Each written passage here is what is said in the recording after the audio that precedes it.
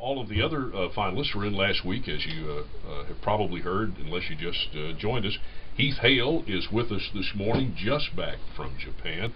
We're listening to some fascinating recount of what he's been through, and I want to hear some more from him. But I want to acknowledge an email from Chuck Groninger perhaps, who wrote me on Friday. Bob, I sure do not envy you. You had 4 co-hosts this week, and I think all of them were super.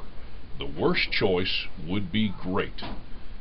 This is very well put. By the way, I don't make the choice, and neither does Eric. That's being handled in a different office by the programming staff. So, by the way, I mean, you can give me money if you want, Heath. It won't make any difference. Well, I had an opportunity to listen to the other contestants online, and I couldn't agree with them more. Yeah. I actually was able to log on Japan and listen and watch the videos, and it did nothing but get me more excited. Yeah, good. Yeah, well, I mean, it was a great week last week. Of course, we were worried about your safety on Friday. Folks were praying for you. I know your family certainly, obviously, was concerned. We heard from your girlfriend. I know she was sweating bullets. Let me ask you, you were in the middle of all this. Were you afraid? Well, I have to admit I was a little bit scared. When it first happened, I was a little confused, but when I walked out of the zoo and saw millions of people on the streets hustling frantically to their destinations, that's whenever it really hit me. So after the earthquake, in order to get help or to rally the forces to get the information you needed to get out of the country, you ended up walking quite a bit. I sure did. I was actually there with my other friends, and we were told just wait a couple hours. Normally, whenever there's an earthquake, the subway shuts down for a little bit, and then it'll open back up.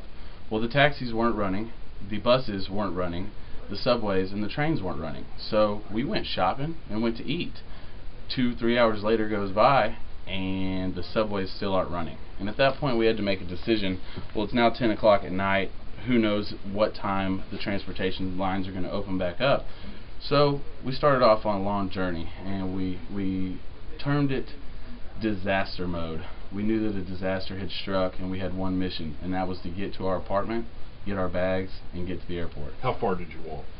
We actually walked 14 kilometers, probably 8 or 9 miles. I really hadn't done the math, but we were all wearing jeans and dress shoes and had backpacks on. And what were the streets like in that 9-mile or so walk?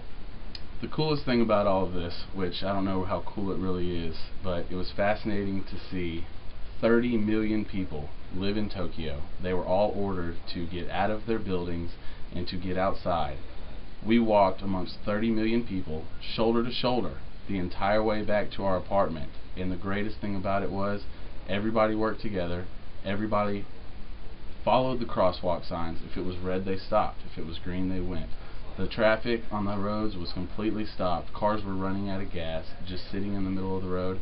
So your best chance to get home was to walk. And we made the 9-mile trek, and about 4 to 5 hours later, arrived at our apartment, got on the internet, let everybody know that we were safe and going to take a short nap and head to Narita Airport. And were all the flights getting out of the airport? Did you wonder if you were going to be able to get out once you got there? Of course we wondered. The flights were not getting out. The airport was immediately closed down after the major earthquake. And there's actually been over 300 aftershocks since then. So and let me ask you that. How many of those did you feel? As you're walking around, would you feel them? I feel like I felt every single one of them. Once the 8.9 hit, that one lasted. So by the way, they've upgraded to 9.0 this morning. Okay, well, once the 9.0 hit, it seemed like it shook for a lifetime. It was 6 or 7 minutes, and everything was calm and still for a few minutes, and then the aftershocks began, and it was just constant shaking for the next 24 hours. Would you wonder when one hit if it was going to be, another big one? We did. We could only assume that, whenever there's a large earthquake like this, that there's going to be another one, and we were worried that after this first one hit, if there was another one that was even bigger, how long can these infrastructures hold this type of shaking? And how about the word of the tsunami? Were you guys, did you hear about that? Were you alarmed that water was going to show up in Tokyo? We actually heard about the news of the possible tsunami whenever the first earthquake hit. It was on Thursday, before the largest one. We were in Kyoto. It was a 2.5-hour bullet train ride away, and we knew that we had to get back on the bullet train and get back to Tokyo in order to make our flight on time. So we boarded the bullet train. 2.5 hours later, we're in Tokyo, and everything seemed fine.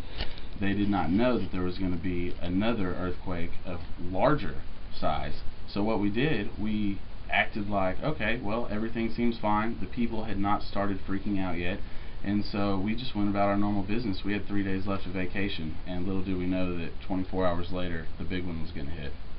The tsunami, we had heard about it. We didn't see it, but I did hear after I returned back that the same line of the bullet train that we rode back to Tokyo was actually hit and destroyed by the tsunami, and that bullet train was missing for a period of 24 hours, and I don't know that anybody made it out. Fascinating. Heath Hale, just back from Tokyo. Ladies and gentlemen, we'll get to know who is Heath. We got some time set aside for that in the 8 o'clock hour. He's also going to get a treat. You'll get to help interview Dierks Bentley. Dierks is going to be in our studio sometime next hour as well. You ready for that? I was born ready, Bob. You a Dierks Bentley fan? Love Dierks. Got to see him a couple years ago at the Irwin Center with George Strait. Ever shaking his hand? No, but I'd You'll give him a hug that if I saw him. All right, well, get ready. Get your hug on. Hang on. It's 10 till...